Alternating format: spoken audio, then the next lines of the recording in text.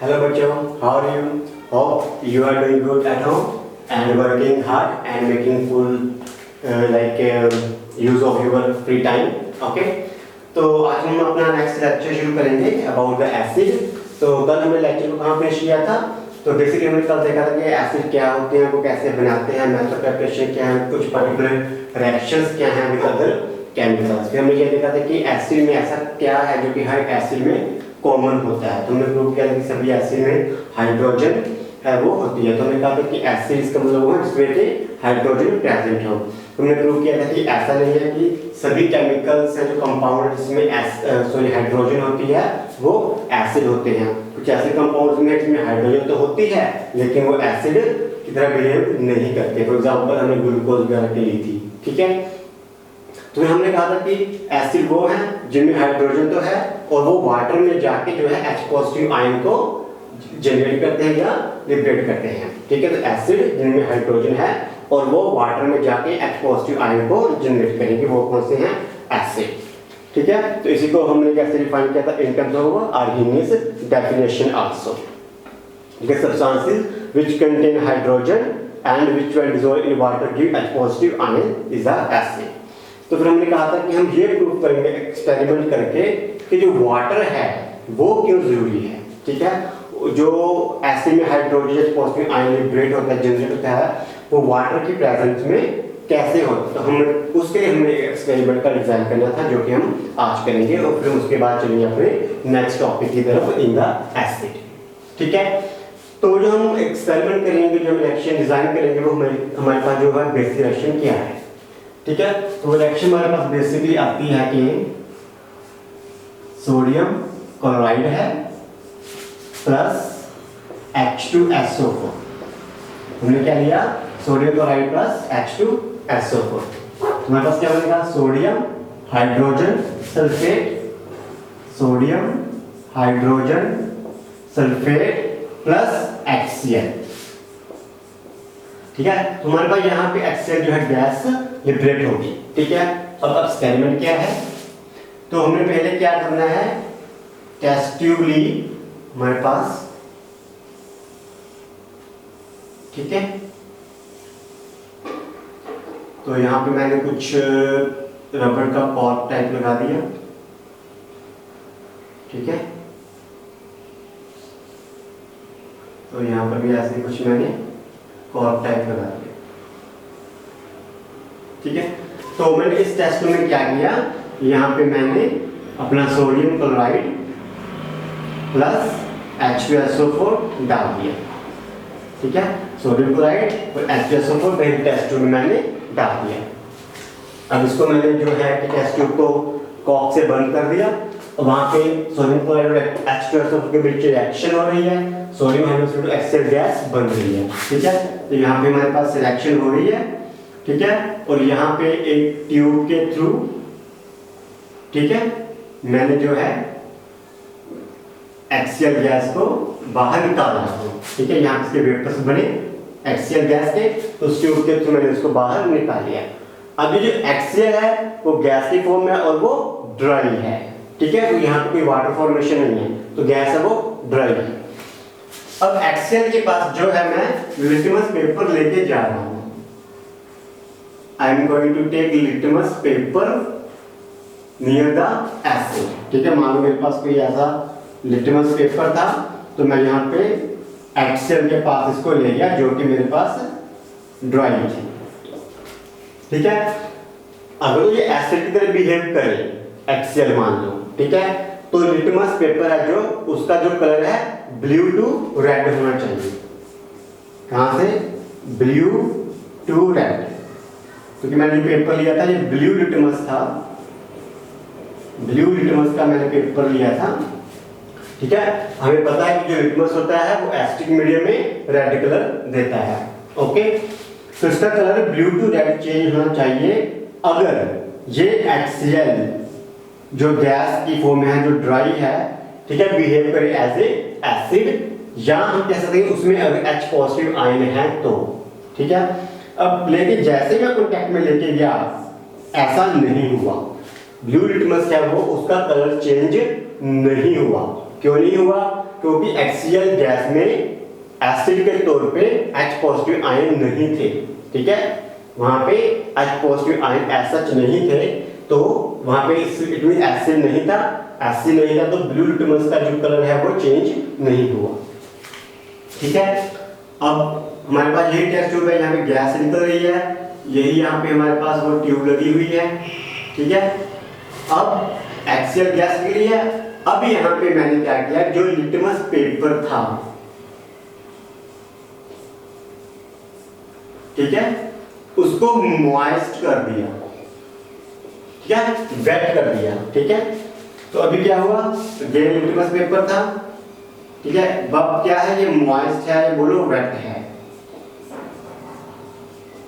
कि अब जैसे ही HCl गैस इसके कांटेक्ट में आई, ठीक है, तो मॉइस्ट था, वहां पे वाटर था, तो क्या हुआ, HCl वाटर में डिसॉल्व होने के बाद H positive and Cl negative बन गया, ठीक है। अब जैसे ये वाटर में जाके H पॉजिटिव Cl नेगेटिव बना, तो H पॉजिटिव ने जो है कलर है चेंज कर दिया, लिटमस पेपर का जो था कलर चेंज हो गया, ठीक है। अब ये कैसे हुआ, जैसे वो मॉइस्ट पेपर के कांटेक्ट में आया, जो पेपर वेट था, तो वहां से उसने वाटर को लिया HCl गैस ने, जैसे वो HCl गैस वाटर में गई तो H पॉजिटिव Cl नेगेटिव के फॉर्म में कन्वर्ट हो गई, तो वही जो H पॉजिटिव हमारे पास एसिड था, तो एसिड ने यहाँ कलर चेंज कर दिया। यहाँ पे क्या था, HCl था, ड्राई गैस थी, ठीक है, जो ब्लू लिटमस था वो भी ड्राई था, जैसे कि कांटेक्ट में आया कोई रिएक्शन नहीं हुई, क्योंकि HCl है वो H पॉजिटिव और Cl नेगेटिव में डिसोशिएट नहीं हुआ, आयोनाइज नहीं हुआ, तो वहां पे एसिड नहीं था, तो कलर चेंज नहीं हुआ, ठीक है। तो इस एक्सपेरिमेंट से मुझे कह सकते हैं, कंक्लूड करते हैं कि जो एसिड है वो वाटर में जाके H पॉजिटिव आयन जनरेट करते हैं, तो वहां से हमारे पास जो है एसिड बिहेवियर आता है, ओके। अब वाटर में जाके ये दोनों डिसोशिएट क्यों हो गए, HCl यहाँ पे क्यों नहीं होते, ठीक है। अब जैसे वाटर की बात करते हैं, स्पेशली HCl है, तो मान लो मेरे पास HCl लगा हुआ है ऐसे, ठीक है, हमने पिछले लेक्चर में या पिछले यूनिट में पढ़ा था कि इन दोनों में थोड़ा सा इलेक्ट्रोनेगेटिविटी डिफरेंस होता है, ठीक है, जिसकी वजह से इस पे स्लाइट नेगेटिव चार्ज होता है, स्लाइट पॉजिटिव चार्ज होता है, क्योंकि ये इलेक्ट्रॉन पेयर है, ये थोड़ा सा इसकी तरफ ज्यादा अट्रैक्टेड रहता है, ठीक है, बिकॉज इट इज थोड़ी मोर इलेक्ट्रोनेगेटिव, ठीक है, जिसकी वजह इसमें थोड़ा सा जो है पार्शियल नेगेटिव चार्ज होता है, यहाँ पे पार्शियल पॉजिटिव चार्ज होता है। अब जैसे ये वाटर के कांटेक्ट में आते हैं, ठीक है, वाटर क्या है, H2O, यहाँ पे क्या ऑक्सीजन है, यहाँ पे क्या हाइड्रोजन एंड हाइड्रोजन। अब ऑक्सीजन क्या है, वो भी एक इलेक्ट्रोनेगेटिव है, इसकी वजह से ये भी स्लाइड नेगेटिव होता है, ये स्लाइड पॉजिटिव होता है, ये भी स्लाइड पॉजिटिव रहता है, ठीक है। अब जैसे ही ये नेगेटिव है, तो वाटर का जो पॉजिटिव एंड है यहाँ पे आ जाता है, वाटर का पॉजिटिव एंड, और इस तरफ पॉजिटिव है, इस तरफ वाटर का नेगेटिव एंड आ जाता है, ठीक है। अब नेगेटिव पॉजिटिव में अट्रैक्शन होगी, यहाँ पर भी नेगेटिव पॉजिटिव में अट्रैक्शन होगी, ठीक है, ये भी अट्रैक्शन, ये भी अट्रैक्शन, तो एक दूसरे को अपनी तरफ खींचना शुरू कर देते हैं, ठीक है। उस प्रोसेस में ये जो बॉन्ड है ब्रेक हो जाता है, ठीक है। अब अगर बॉन्ड ब्रेक हो जाता है तो H positive and Cl negative की फॉर्मेशन हो जाती है in the presence of water, okay. और वो क्या होता है, क्योंकि वाटर जो है पोलर मॉलिक्यूल है, हम क्या बोलते हैं, वाटर जो है एक पोलर मॉलिक्यूल है, ठीक है। HCl उसमें भी थोड़ी सी पोलैरिटी थी, ठीक है, तो यहाँ पे जो पोलर के जो डाइपोल्स थे उन्होंने ऑपोजिटली चार्ज को अट्रैक्ट करना शुरू कर दिया, पॉजिटिव नेगेटिव, तो उस प्रोसेस में जो है कि बॉन्ड ब्रेक हो गया, H पॉजिटिव और Cl नेगेटिव बन गए, तो जो कि वाटर की प्रेजेंस में होता है, ओके। तो इसलिए वाटर की प्रेजेंस में हमारे पास जो एसिडिक बिहेवियर आता है, अगर हम HCl गैस को एज सच लेते हैं, अपने उसको वाटर में डिसॉल्व नहीं करते, तो हमारे पास एसिडिक बिहेवियर नहीं आएगा, ओके। अब जो ये प्रॉपर्टी है कि हम बोलते हैं कि एसिड जो ये वाटर है उसने एसिड को डिसोसिएट कर दिया, ठीक है, इसको हम ऐसे भी बोलते हैं कि बेसिकली टर्म या वो टर्म यूज करते हैं डिसोसिएशन और आयोनाइजेशन, ठीक है। तो वाटर में जैसे HCl गया तो उसमें उसकी जाके क्या होगी, डिसोसिएशन और आयोनाइजेशन, ठीक है। उसको क्या बोलते हैं, ये डिसोसिएट हो गया या ये आयोनाइज हो गया। ओके, तो इसकी वजह से हमारे पास जो आता है कि एसिड रिएक्टर आता है। ओके, अभी आपको समझ में आ गया होगा कि जो वाटर हमारे लिए एसेंशियल क्यों है, जरूरी क्यों है, to show the acidic character. Okay, चलो ये हमारे पास हो गया जो कल का टॉपिक है पेंडिंग था, तो जो कि हमने नहीं किया तो थोड़ा सा हमारा जो लेक्चर है वो लेंथी हो गया था उसकी वजह से। तो अभी हम आगे करेंगे classification of acid, strength of acid on the basis of degree of ionization. Okay, तो इसको पहले थोड़ा सा अरेंज कर लेते हैं, फिर हम वो नेक्स्ट आर्टिकल अपने आज का लेक्चर का शुरू करते हैं। तो चलो नेक्स्ट शुरू करते हैं। नेक्स्ट हमारे पास आता है strong acids and weak acids. तो देखते हैं स्ट्रॉन्ग एसिड और वीक एसिड का मतलब क्या है, उसकी कौन कौन सी हमारे पास है एग्जांपल आती है। तो पहले हमारे पास आता है स्ट्रॉन्ग एसिड्स। अब स्ट्रॉन्ग एसिड कौन से हैं, वो एसिड जैसे कि हमने इनको वाटर में डाला, ठीक है, तो वे कंप्लीटली डिसोसिएट या कंप्लीटली आयोनाइज हो जाते हैं, उनको हम बोलते हैं स्ट्रॉन्ग एसिड, ठीक है। तो इसमें जो एग्जांपल आते हैं जो हमने अभी की थी लास्ट में, HCl की है मान लो, तो क्या होता है H positive and Cl negative, ठीक है। अब वाटर में जैसे HCl जाएगा इट विल कंप्लीटली डिसोसिएट और ionize into H positive ion and Cl negative ions. अब कंप्लीटली डिसोसिएट या आयोनाइज होने का मतलब क्या है, मान लो मेरे पास 100 मॉलिक्यूल्स थे HCl के इन द बिगिनिंग, तो ये लास्ट में वाटर में जाने के बाद भी मुझे 100 आयंस मिलेंगे H पॉजिटिव के और 100 आयंस मिलेंगे Cl नेगेटिव के, ठीक है। तो हम इसको बोलते हैं कंप्लीटली आयोनाइज और डिसोसिएशन, ठीक है। हो तो 99 हो, 99 भी मिल सकते हैं, मतलब we can say कि डिसोसिएट और कंप्लीटली ऑलमोस्ट कंप्लीटली डिसोसिएट या आयोनाइज्ड, ठीक है। अब ऐसा नहीं होगा कि मैंने 100 मॉलिक्यूल्स लिए और यहाँ पे मुझे 10 आयंस मिले H पॉजिटिव के, ठीक है, और यहाँ पे मुझे 10 आयंस मिले क्लोराइड के, ऐसा नहीं होगा। In case of strong acid this will not happen, ठीक है। जितनी है ऑलमोस्ट उतनी हमें लास्ट में जाके मिलेंगे आयोनाइज होने के बाद। So these are the strong acids.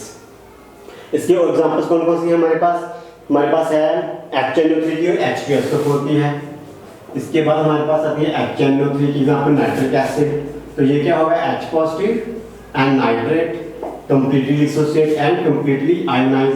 फिर आता है हमारे पास सल्फ्यूरिक एसिड का, ठीक है, एक सल्फ्यूरिक एसिड में 2 H हैं तो 2 ion H positive ion plus sulphate ion, again completely dissociate completely ionize, ठीक है। अब यहाँ पे कंप्लीट डिसोसिएशन कंप्लीट आयोनाइज है, जहाँ पे स्ट्रॉन्ग एसिड है तो वहां पे हम कंप्लीट एरो बनाते हैं ऐसे करके, ठीक है। इस कंप्लीट एरो का मतलब क्या है कि कंप्लीट डिसोसिएशन या कंप्लीट आयोनाइजेशन, ठीक है। इसके बाद हमारे पास आता है वीक एसिड। अब वीक एसिड कौन सी है, जिसमें कंप्लीट डिसोसिएशन नहीं होगी, कंप्लीट आयोनाइजेशन नहीं होगी, वो वाले ये हम कह सकते हैं कि पार्शियल डिसोसिएशन या पार्शियल आयोनाइजेशन होती है, वो कौन से होती है, वीक एसिड्स। तो इसमें हमारे पास एग्जांपल क्या आती है, एसिटिक एसिड है जैसे कि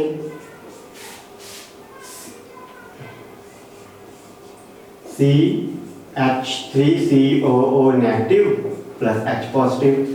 हमारे पास फॉर्मिक एसिड है COOH,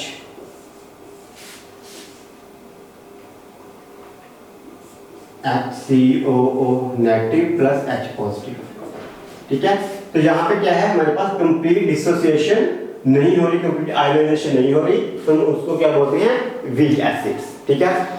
अब यहाँ पे वीक एसिड है, कंप्लीट आयोनाइजेशन या डिसोसिएशन नहीं हो रही, पार्शियल हो रही है, वहां पे जो एरो का साइन है हाफ एरो है in both direction, forward and reverse. क्या हाफ एरो ड्रा करना है, ये कैसे हाफ हो गया और दूसरा ये वाला हाफ हो गया in both forward and backward direction, ठीक है। तो वहां पे हम रिप्रेजेंट करते हैं इस वजह से, तो हमें पता चल जाता है कि ये वीक एसिड है और ये कंप्लीटली डिसोसिएट नहीं होगा और इन दोनों के बीच, ठीक है, एक इक्विलिब्रियम एस्टैब्लिश है, ठीक है, equilibrium between undissociated form and dissociated form, ठीक है, इन दोनों के बीच एक इक्विलिब्रियम है, उसको हम इस साइन से रिप्रेजेंट करते हैं in case of the weak acids, ठीक है। अब इसमें जो एग्जांपल और है हमारे पास, एक तो आती है आई थिंक कार्बोनिक एसिड की और दूसरा boric acid. Let me just check one time, या carbonic acid and phosphoric acid, H2CO3 and H3PO4, क्या ये भी क्या है, weak carbonic acid and phosphoric acid again are the weak acids, ठीक है। अब देखो पिछले लेक्चर में हमने बात की थी, वहां पे मैं थोड़ा डिस्कस किया था स्ट्रॉन्ग एसिड कौन से होते हैं, वीक एसिड कौन से हैं, या मिनरल एसिड कौन से हैं और ऑर्गेनिक एसिड कौन से हैं, ठीक है। फिर मैंने कहा था कि हम वहां पे एक्सेप्शन देखेंगे जो कि हम आने वाले लेक्चर्स में करेंगे, तो वही एक्सेप्शन यहाँ पे आ रही है। देखो ये कौन से हैं, मिनरल एसिड,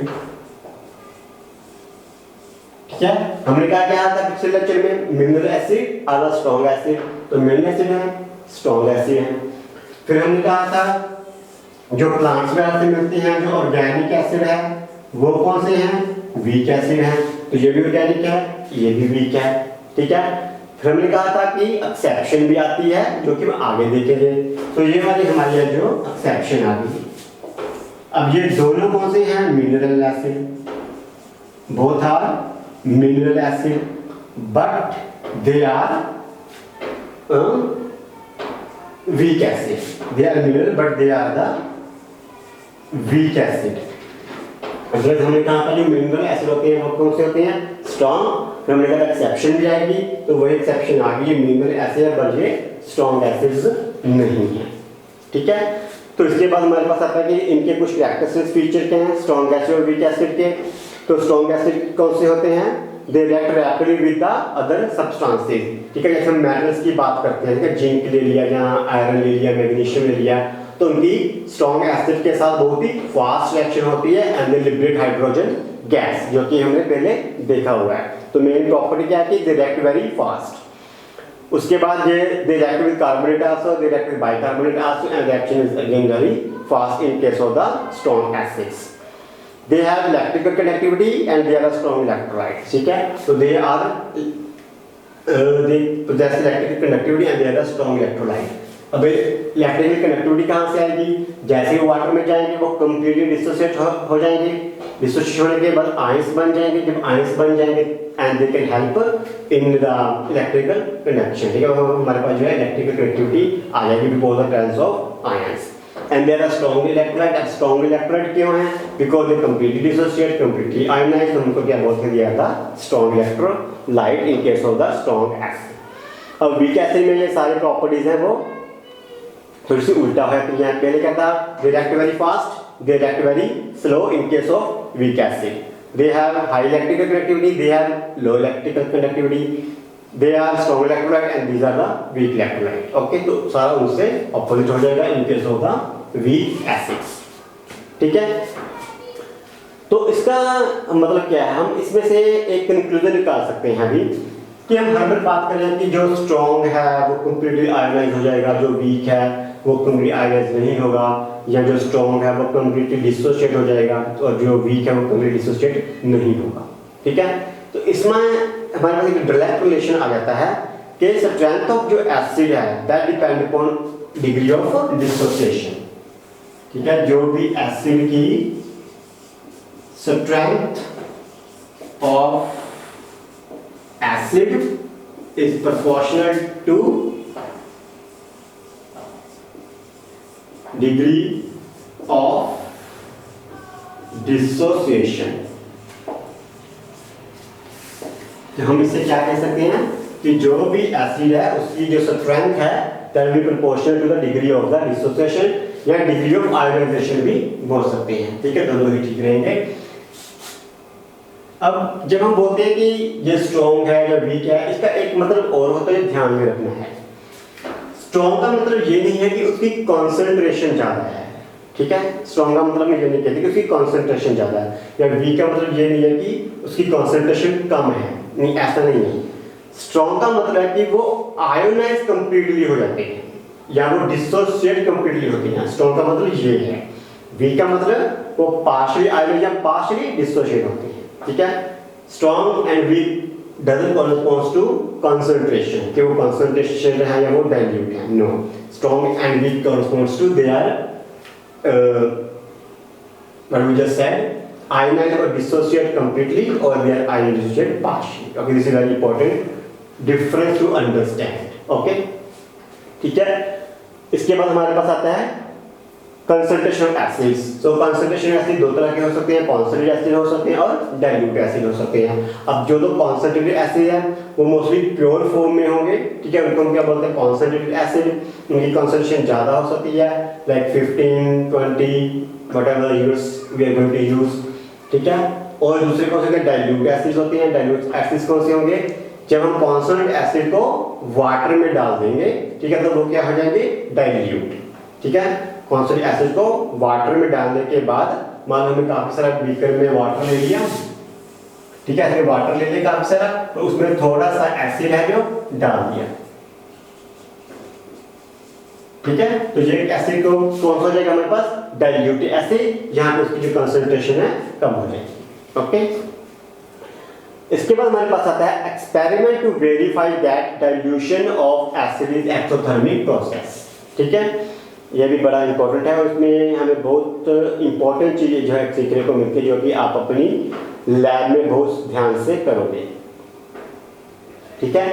तो हमारे पास ऑब्जेक्टिव क्या है, ये देखना है कि जो भी एसिड है जब उनको हम डाइल्यूट करते हैं it is exothermic process. Okay, अब देखो हम क्या करते हैं, ऐसा इसको थोड़ा सा अरेंज कर लेते हैं पहले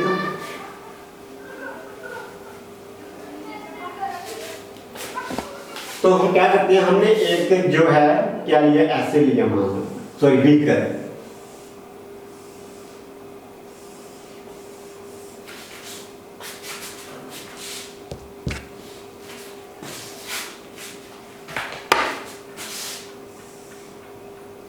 ठीक है, एक बीकर है और मेरे पास एक बीकर मैंने और ले लिया दूसरा, ठीक है। अब मुझे करना क्या है, मुझे एक एसिड लेना है, उसको मैंने डाइल्यूट करना है, ठीक है। अब देखो डाइल्यूट करने के 2 वेज हैं हमारे पास, ठीक है। फर्स्ट वे क्या है और सेकंड वे क्या है। फर्स्ट वे क्या है, मैं एसिड है जो उसको वाटर में डाल देता हूं, एसिड टू वाटर तो भी डाइल्यूट हो जाएगा। दूसरा मैं क्या कर सकता हूं, वाटर टू एसिड, ठीक है। तो मैं दूसरे में वाटर को एसिड में डाल सकता हूं तो भी वो डाइल्यूट हो जाएगा। चलो देखते हैं, ये क्या ले लिया मैंने, मान लो एसिड ले लिया, सॉरी ये मैंने यहाँ पे पहले बार कैसे लिया एसिड टू वाटर, तो मैंने यहाँ पे क्या ले लिया वाटर और मैंने ऊपर से एसिड डाल दिया, ठीक है। और दूसरे केस में क्या किया मैंने, वाटर टू एसिड है तो मैंने यहाँ पे एसिड ले लिया, ठीक है, और ऊपर से वाटर डाल दिया। ओके, अब दो तरीके हैं, दोनों से ये डाइल्यूशन हो जाएगी, लेकिन इसमें से एक तरीका सही है और एक तरीका गलत है। तो acid to water this is right way, water to acid is the wrong way. Okay, अब ऐसा क्यों होता है, देखो जैसे ही हमने एसिड को वाटर में डाला, ठीक है, तो यहाँ पे एक एक्सोथर्मिक रिएक्शन होती है, तो reaction is exothermic. Exothermic reaction का मतलब हीट इवॉल्व हो रही है, हीट निकल रही है। अब जैसे ही हम एसिड को वाटर में डालेंगे हीट निकलेगी तो वाटर है वो हॉट हो जाएगा या वार्म हो जाएगा, ठीक है। तो अगर मैं इसको यहाँ पे टच करूंगा बाय हैंड, तो I will feel some hotness या सम वार्मनेस, ठीक है। अब एसिड को वाटर में डालने से हमें बेनिफिट क्या होता है, ठीक है। अब अगर मैं यहाँ पे वाटर को एसिड में डालूंगा तो भी हीट निकलेगी, ठीक है, तो भी वो हॉट या वार्म हो जाएगा। अब यहाँ पे डालूंगा तो भी होगा, रिएक्शन दोनों में एक्सोथर्मिक है। अब यहाँ पे बेनिफिट क्या है कि जैसे ही एसिड को वाटर में डाला हीट निकली, तो जो हीट थी that was being absorbed by water, तो वो हीट को जो है वाटर अब्जॉर्ब कर रहा था साथ ही साथ, ठीक है। सेम जैसे कि आप डाल रहे थे वो हीट हो रहा था, वाटर उस हीट को स्लोली स्लोली धीरे धीरे अब्जॉर्ब भी कर रहा था, ठीक है। इस वजह से ये मेथड है सेफ होता है। लेकिन जैसे मैंने वाटर को एसिड में डाला, ओके, अब क्या होगा, हीट निकलेगी अगेन, ठीक है। अब इस केस में इतनी ज्यादा हीट निकल जाती है कि उसको अब्जॉर्ब करने के लिए वाटर वहां पे इतना है नहीं, ठीक है। वाटर इतना ज्यादा है नहीं, बहुत ज्यादा हीट इवॉल्व होती है, और इतनी ज्यादा हीट इवॉल्व होने से सम टाइम जो एसिड है वो जस्ट स्प्लैश आउट हो जाता है, ठीक है। वो एकदम से बाहर को ऐसे निकलेगा, बम्प करके स्प्लैश आउट हो जाएगा, ठीक है। तो उस प्रोसेस में वो हमारी आंख पे भी जा सकता है, फेस पे भी जा सकता है, हमारे स्किन पे, हमारे क्लॉथ पे कहीं भी जा सकता है, तो वो भी एक हार्मफुल हो जाएगा, हमारे डेंजरस हो जाएगा। तो इसीलिए जो है हमेशा क्या करना है, एसिड को ही वाटर में डालना है। वाटर को एक बीकर में ले लो, ओके, ठीक है। उसमें धीरे धीरे थोड़ा थोड़ा एसिड करके डालते जाओ, ठीक है। एसिड कभी एकदम से सारा एसिड नहीं डालना है, ठीक है, क्योंकि उस टाइम पे वाटर को हीट अब्सॉर्ब करने का इतना ज्यादा टाइम नहीं मिलेगा अगर आप सारा एसिड एकदम से डाल दोगे, ठीक है। So water needs some time to absorb the heat also, so we add acid into water with slow procedure, okay. Slowly slowly movement उसको डालना है, और इससे अगर आप बाहर से टच करोगे ग्लास बीकर को तो हमें लगेगा ये इट इज अ हॉट है, वार्म है, तो that is a exothermic reaction हमारे लिए जो हो रही है, ओके, ठीक है। इसमें जो हमारे बहुत ही इंपॉर्टेंट जो है चीज आती है कि एसिड को डाइल्यूट कैसे करना है, ठीक है। तो इसकी जो एग्जांपल है, आप H2SO4 ले लोगे, ठीक है। तो यहाँ पे हमारे पास H पॉजिटिव आयन बनेंगे प्लस सल्फेट आयन बनेंगे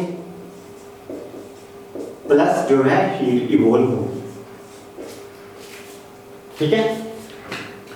अब देखो दिस जो भी हमने अभी किया है, अब हमने पिछले यूनिट में एक चीज पढ़ी थी कि जब हम केमिकल इक्वेशंस लिखते हैं तो साथ साथ उसकी जो स्टेट है वो भी मेंशन करते हैं। जैसे H2SO4 लिक्विड स्टेट में है, ठीक है, H पॉजिटिव वाटर में है तो ये एक्वस स्टेट में है, सल्फेट क्या है, एक्वस स्टेट में है, ठीक है, वो भी हमें साथ में लिखना होता है, ओके।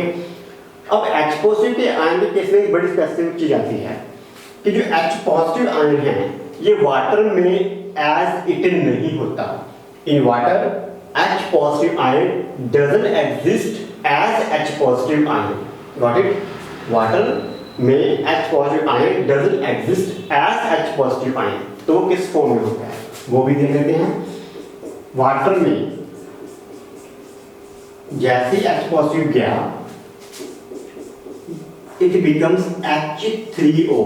तो ये जो H positive आयन है जो वाटर के पास जाके हाइड्रोनियम आयन बनाता है, ठीक है, हाइड्रोनियम आयन बनाता है, तो H3O पॉजिटिव। तो ये जो H पॉजिटिव वाटर में इसी फॉर्म में जो है एग्जिस्ट करता है, ठीक है।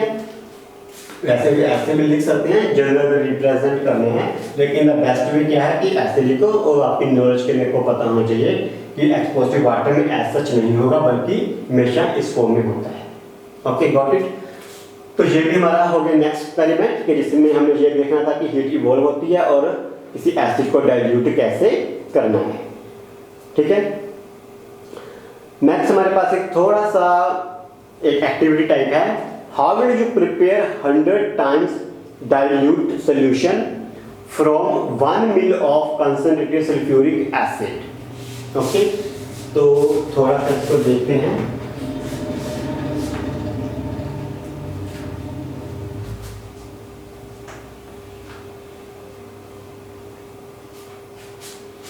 हमें करना क्या है, 100 टाइम्स डाइल्यूशन करनी है किसी एसिड की जो कि जिसकी इनिशियली में अमाउंट हमारे पास कितनी है 1 ml, ठीक है। तो मेरे पास इनिशियली क्या है 1 ml एसिड है, ठीक है, और इसको मैंने डाइल्यूट करना है। कितने टाइम्स डाइल्यूट करना है, 100 टाइम्स डाइल्यूट करना है, ओके। तो मैं कैसे करूंगा, तो मैं एक बीकर ले लूंगा, ठीक है, उसमें वाटर डाल दूंगा और उसमें 1 ml एसिड डाल दूंगा। यहाँ पे मैंने वाटर ले लिया, ठीक है, ऐसे मुझे 1 ml दिया है, 1 ml मतलब 1 मिलीलीटर, तो 1 मिलीलीटर एसिड है वो मैं वाटर में डाल दूंगा तो वो मेरी डाइल्यूशन हो जाएगी। लेकिन हमें 100 टाइम्स डाइल्यूशन ही करनी है, उससे ज़्यादा नहीं करनी। तो 100 टाइम डाइल्यूशन करने के लिए मुझे कितना वाटर लेना पड़ेगा? ऐसा तो नहीं है कि मैं 10 लीटर वाटर ले लूँ, 20 लीटर वाटर ले लूँ, 50 लीटर वाटर ले लूँ, ठीक है, ऐसा तो नहीं होगा ना। तो हमें एक स्पेसिफिक अमाउंट ऑफ वाटर ही लेनी है ताकि हमारा जो डाइल्यूशन है वो कितना हो जाए 100 टाइम्स। तो इस केस में जो अमाउंट आती है वो आएगी हमारे 99 मिल। हमें 99 मिल जो है वाटर लेना होगा, उसमें 1 मिल एसिड डालना होगा तो हमारे पास 100 डाइल्यूशन हो जाएगी। ठीक है, अब डाइल्यूशन फैक्टर है जो आप कैसे निकाल सकते हो? तो इसको निकालने के लिए क्या है, मान लो मेरे पास टोटल डाइल्यूशन कितनी है 100 टोटल फाइनली जो मुझे चाहिए। ठीक है, मेरे पास सोल्यूशन कितना है 1 मिल। ओके, तो मुझे कितना डालना पड़ेगा 99, सिंपल। ठीक है, टोटल आपको कितनी चाहिए, ठीक है, कितने पार्ट्स टोटल चाहिए, आपके पास कितने पार्ट हैं, 1 पार्ट आपके पास है, 1 मिल आपके पास है, टोटल कितने चाहिए 100, तो इन दोनों में जो डिफरेंस है वो कितना जाएगा हमारे पास, उतना हमें वाटर लगेगा 99। ठीक है, अब मान लो 100 की इंस्टेड ऑफ 100 मुझे कहा कि मुझे 50 टाइम डाइल्यूशन करना है, मान लो 50 टाइम्स होता तो 50 टोटल हमें चाहिए, 1 पार्ट हमारे पास है, कितना बचा 49, तो हमें इतना जो है वाटर डालना होगा।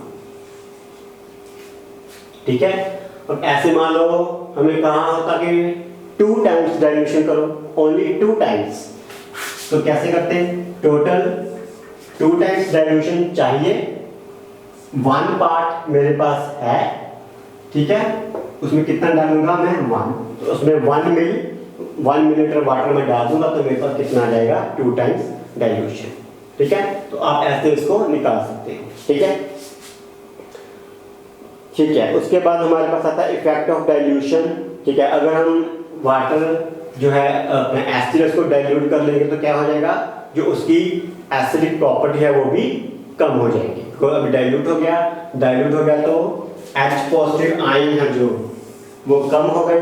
ठीक है, अब H पॉजिटिव आयन कम हो गए तो उसका जो एसिडिक कैरेक्टर है, जो एसिड है वो भी कम हो गया, एसिड बिहेवियर है वो कम हो गया। ओके, ठीक है, तो अभी हम इसी चीज को देखने के लिए क्या करते हैं, एक एक्सपेरिमेंट और करते हैं जिसमें हम देखेंगे कि डाइल्यूशन करने के बाद है कैसे है वो एसिड का रिएक्शन पे इफेक्ट होता है।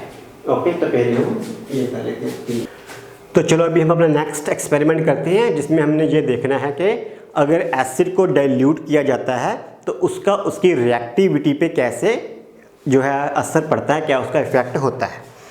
तो हमारे पास एसिड तो एक ही है लेकिन उसकी 3 डिफरेंट जो है डाइल्यूशन फैक्टर हैं, या उसके 2 डिफरेंट डाइल्यूशन फैक्टर हैं। तो पहले हम एसिड लेते हैं, HCl है मान लो। ठीक है, तो मेरे पास पहली टेस्ट ट्यूब में मैंने HCl डाल दिया। ठीक है, इसकी कुछ कंसंट्रेशन थी, मान लो लेट्स से कंसंट्रेशन थी C1।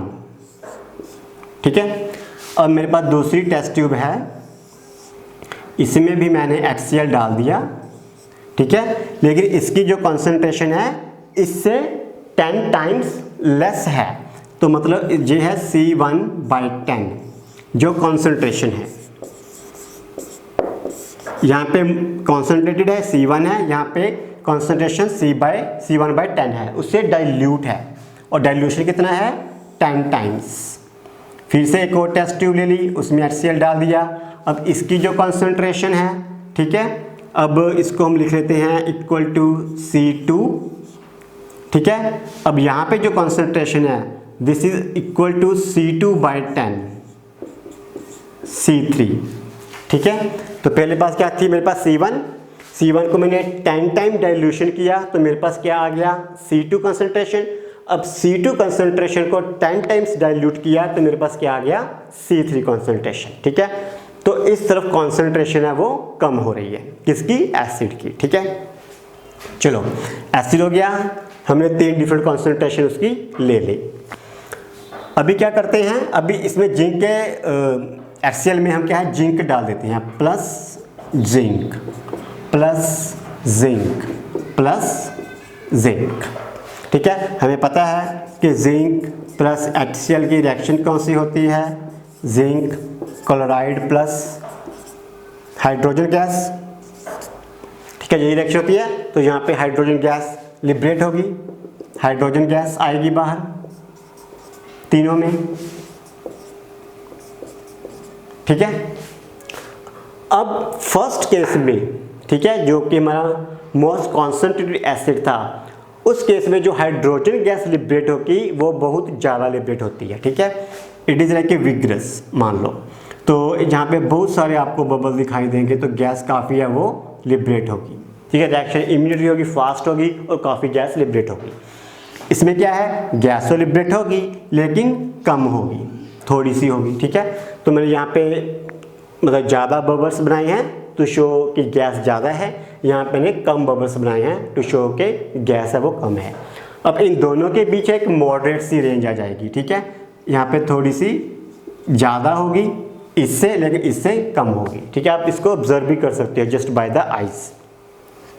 तो मतलब हम कहना क्या चाहते हैं कि जैसे हमने डिफरेंट एसिड्स लिए, ठीक है, और उसमें जिंक डाला, डिफरेंट कॉन्सेंट्रेशन के एसिड्स लिए, जिंक डाला, तो उसमें जो गैस थी हाइड्रोजन वो तीनों में डिफरेंट अमाउंट में लिबरेट हुई। ठीक है, तो वहाँ से क्या पता चलता है कि जैसे एसिड को डाइल्यूट करते हैं उनकी जो रिएक्शंस है वो भी कम हो जाती है। ठीक है, उसमें जो एसिड बिहेवियर अभी पहले से कम है, उसमें जो H पॉजिटिव आयन थे लिबरेट होने वो भी कम हुए थे। ठीक है, ये अल्टीमेटली गैस तो हाइड्रोजन से बनेगी। ठीक है, हाइड्रोजन कहाँ से आएंगे, HCl से आते हैं। ठीक है, तो उसका मतलब जो डाइल्यूट था उसमें हमारे पास जो एसिड थे उसकी अमाउंट थी या कॉन्सेंट्रेशन थी कम थी। Okay, got it. ये तो हो गया हमारा फैक्ट ऑफ डाइल्यूशन। ठीक है, from above experiment we conclude that on dilution H positive ion in the solution decreases, so that's why you have the less hydrogen with the dilution. इसके बाद हमारे पास आता है कि जो भी एसिड की स्ट्रेंथ है वो मतलब कॉन्सेंट्रेटिव वीक है या वो किस फैक्टर्स पे डिपेंड करता है।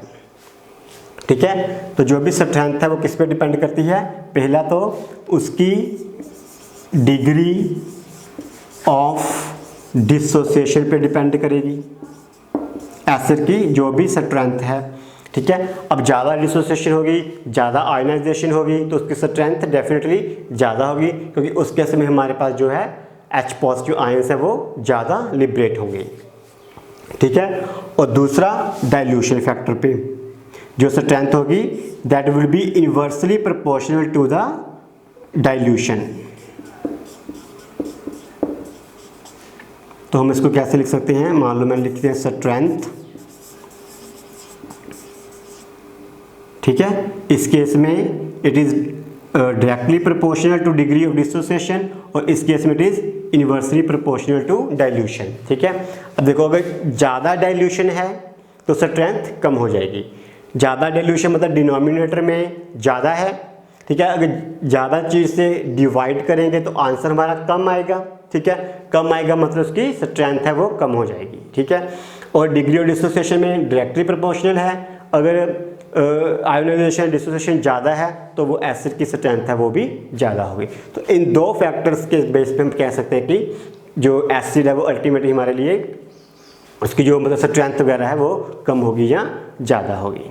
ठीक है, इसके बाद हमारे पास कुछ नेचुरल सब्सटेंसेस हैं, कुछ फ्रूट्स वगैरह के मतलब नेम दिए हुए हैं इनमें कौन कौन सा एसिड होता है। तो उसके बाद हमारे पास कुछ यूज़फुलनेस हैं कि एसिड को हम कैसे कैसे यूज़ कर सकते हैं। तो जैसे हमारे पास ऑरेंज लेमन है, फ्रूट्स है, सिट्रस फ्रूट है, कौन सा एसिड होगा, सिट्रिक एसिड। एप्पल में मैलिक एसिड है, टमाटो में ऑक्सैलिक एसिड है, टैमरिन इमली में टार्टरिक एसिड है। इजी है याद रखना, T for tamarind and T for tartaric acid. Sour milk curd में लैक्टिक एसिड। ठीक है, वो जो बैक्टीरिया होता है लैक्टोबैसिलस वहाँ से जा रख सकते हैं लैक्टिक एसिड। विनेगर सिरका पता ही है एसिडिक एसिड होता है। प्रोटीन्स में अमाइनो एसिड्स होते हैं। ठीक है, तो ये थे कुछ एसिड्स, उनके कहाँ से सोर्स है और वहाँ कौन से एसिड में कहाँ से मिल सकता है। ठीक है, इसके बाद है handling acidic food stuff in the house hold item and useful the acid. तो एसिड को यूज़फुल कैसे है, पता ही है कि बहुत सी कमर्शियल चीज़ें हैं या इंडस्ट्री है, वहाँ पे एसिड बहुत ज़्यादा यूज़ किए जाते हैं। जैसे हमें कुछ फर्टिलाइज़र्स बनाने हैं, तो क्या सल्फेट के फर्टिलाइज़र्स हैं या नाइट्रेट फॉस्फेट के फर्टिलाइज़र्स हैं, उसमें भी है जो उनकी मैन्युफैक्चरिंग प्रोसेस में एसिड्स को यूज़ किया जाता है। इसके बाद हमारे पास आ जाता है एसिड का इंडस्ट्री में यूज़ होते हैं। ठीक है, केमिस्ट्री की लैब में केमिकल्स हम कोई भी रिएक्शन करवानी होती है वहाँ पे भी एसिड यूज़ हो सकते हैं। इसके अलावा एसिड जो स्टमक में जो है हमारे बॉडी के अंदर कोई भी बैक्टीरिया डाइजेस्ट होने के बाद एसिड है जो उसको बैक्टीरिया को किल करने में हेल्प करता है स्टमक में, तो हमें उसके बैक्टीरिया के इफेक्ट से बचाता है। ठीक है, उसी एसिडिक मीडियम में जो कुछ प्रोटीन्स हैं, कुछ एंजाइम्स हैं, वो एक्टिव हो जाते हैं ताकि हमारा फूड है वो डाइजेस्ट हो सके। तो एसिड का हमारे बॉडी के लिए या लिविंग सिस्टम के लिए इंपॉर्टेंस है। विनेगर एसिडिक एसिड हमें पता कि हम फूड आइटम्स के लिए उसको यूज़ करते हैं। ठीक है, तो ये कुछ जनरल सी बातें थी अबाउट द एसिड कि उसकी हमारी डेली लाइफ की बेसिस पे क्या यूज़ है। ओके, तो अभी देख लेते हैं आज के लेक्चर में कुछ और है करने के लिए, अदरवाइज़ हम आज का लेक्चर यहाँ पे फिनिश करेंगे।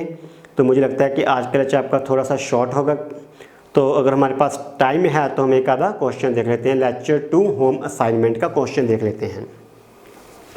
ठीक है, तो लेट्स से कोई भी हम रैंडम क्वेश्चन चूज़ करते हैं। तो चलो सेकंड क्वेश्चन लेते हैं। You have been provided with 3 test tubes, one of them contain distilled water, other 2 contain acidic solution and a basic solution respectively. If you are given only red litmus paper, how will you identify the content of each test tube? Okay, तो question क्या है हमारे पास 3 test tubes हैं।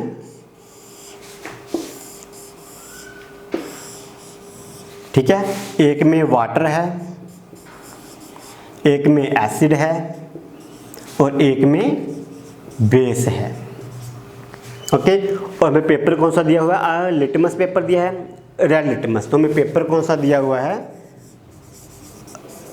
Red litmus का paper हमें दिया हुआ है, इट इज़ गिवन। तो इसको यूज़ करके हमें पता करना है कि कहाँ पे वाटर है, किस ट्यूब में एसिड और किस ट्यूब में बेस है। ठीक है, बड़ा इजी है। तो अगर रेड लिटमस का जो हमने फार्मूला किया था, अगर आपको याद हो कि जो लिटमस है एसिडिक मीडियम में रेड है, लिटमस है बेसिक मीडियम में ब्लू है, लिटमस है न्यूट्रल मीडियम में पर्पल है।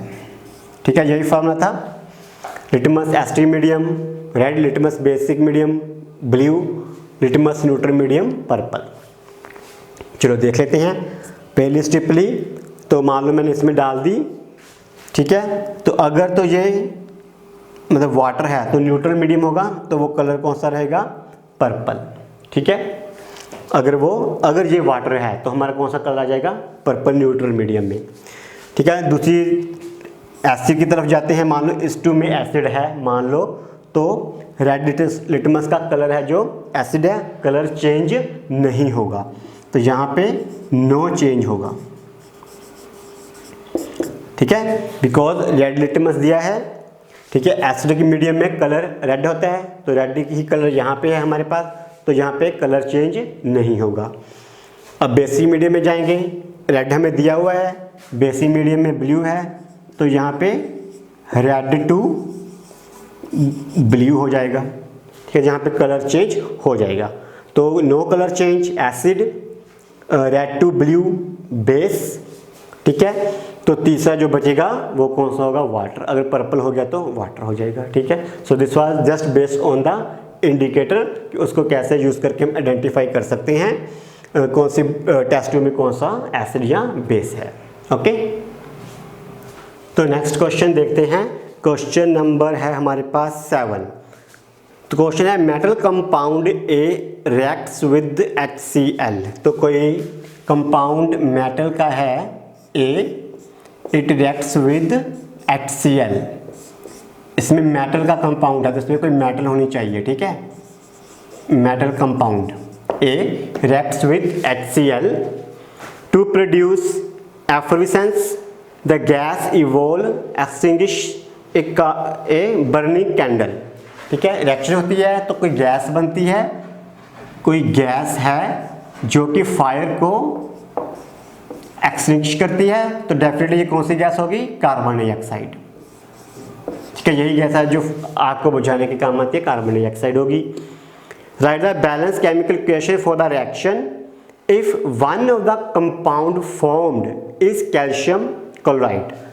ठीक है, अगर one of the compound formed is calcium chloride, तो ये हमें देखना है कोई मेटल का कंपाउंड था जो HCl के साथ रिएक्शन किया, उसमें गैस इवॉल्व की। ठीक है, as a fire extinguisher use कर सकते हैं, तो वो गैस डेफिनेटली कार्बन डाइऑक्साइड होगी।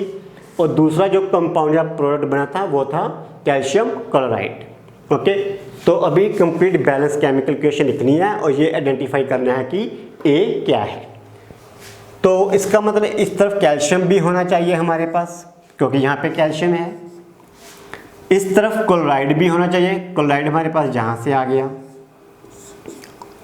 इस तरफ कार्बन डाइऑक्साइड कार्बोनेट जैसा कुछ होना चाहिए, तो कंपाउंड कौन सा हो सकता है? Calcium carbonate. ठीक है, कैल्शियम भी आ गया, कार्बोनेट भी आ गया, HCl भी आ गया, तो हमारे पास क्या बन गया? Calcium chloride plus carbon dioxide. इसको बैलेंस करना है अभी, तो calcium chloride 2 chlorine and 1 calcium 1 plus water भी निकलेगा, प्लस वाटर। ठीक है, क्योंकि 2H है, H2O में चला गया। अब 3 ऑक्सीजन थे, 2 ऑक्सीजन यहाँ पे चले गए, 1 ऑक्सीजन वाटर में चला गया, तो ये होगी हमारी बैलेंस्ड इक्वेशन। ठीक है, तो मेटल कंपाउंड था, कैल्शियम इज मेटल, उसका कंपाउंड हो गया कैल्शियम कार्बोनेट, HCl से रिएक्शन करवाई, calcium chloride plus carbon dioxide हमारे पास आ गया। ओके, तो ये भी कि इजी क्वेश्चन था हमारे पास। इसके बाद एक क्वेश्चन और देखते हैं कोई। Let's see question number 12।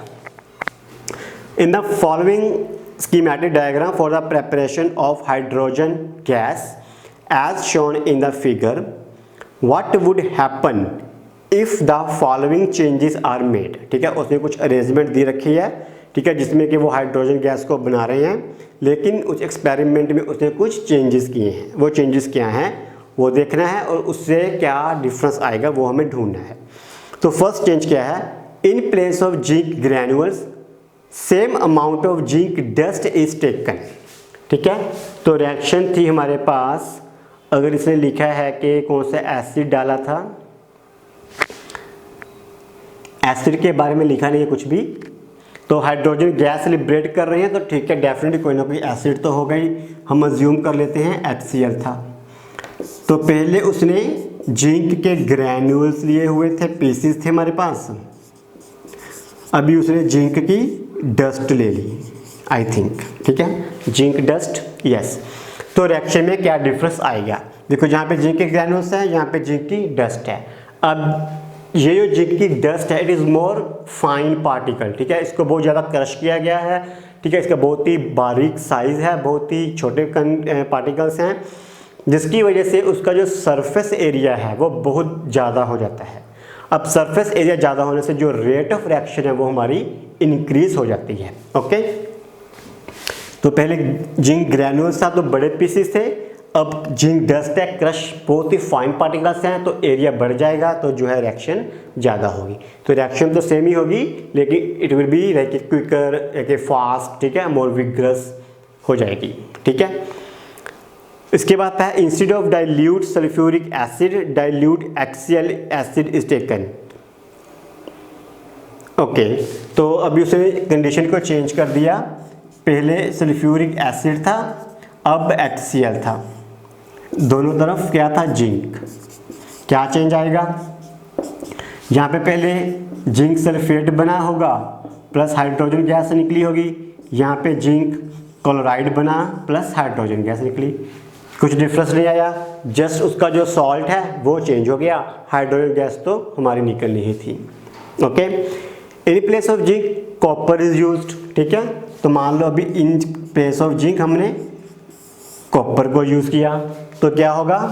Copper के साथ रिएक्शन होगी नहीं। ठीक है, क्योंकि अगर तो याद हो हमने कहा तो वो एक रिएक्टिविटी सीरीज की थी, यहाँ पे हाइड्रोजन था, फिर यहाँ पे जिंक, आयरन वगैरह थे और इसके नीचे कॉपर था। ठीक है, हमने कहा था जो कि अबव है मोर रिएक्टिव है हाइड्रोजन से, जो बिलो है हाइड्रोजन से लेस रिएक्टिव है। ठीक है, क्योंकि अब ये कॉपर लेस रिएक्टिव है तो यहाँ पे HCl के साथ रिएक्शन जो है नहीं होगी। ठीक है, तो ये उसे चेंजेस किए थे, उस चेंजेस के बेस पे जो भी हमारा रिएक्शन में डिफरेंस है वो हमें प्रेडिक्ट करना था। ओके, तो ये क्वेश्चन हमारा हो गया क्वेश्चन नंबर 12। ठीक है, तो नेक्स्ट हमारे पास आता है बेसिस।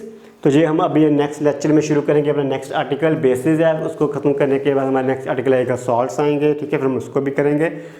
तो तब तक आप अपने जो अभी तक का जो लेक्चर है उसको अच्छे से रीड कीजिए, गो थ्रू हुए, हर एक वर्ड को पढ़ना है, हर एक लाइन को अच्छे से पढ़ना है, हर एक लाइन को समझना है। एग्ज़ाम में क्वेश्चन कहीं से भी आ सकता है, आपको ऐसा नहीं करना कि ये लाइन मैंने छोड़ दी या यहाँ पे मैंने थोड़ा सा पार्ट छोड़ दिया, नहीं।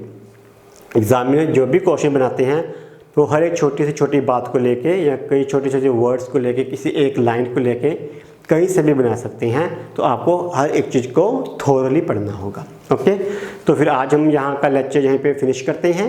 Okay, thank you and goodbye and see you in the next lecture.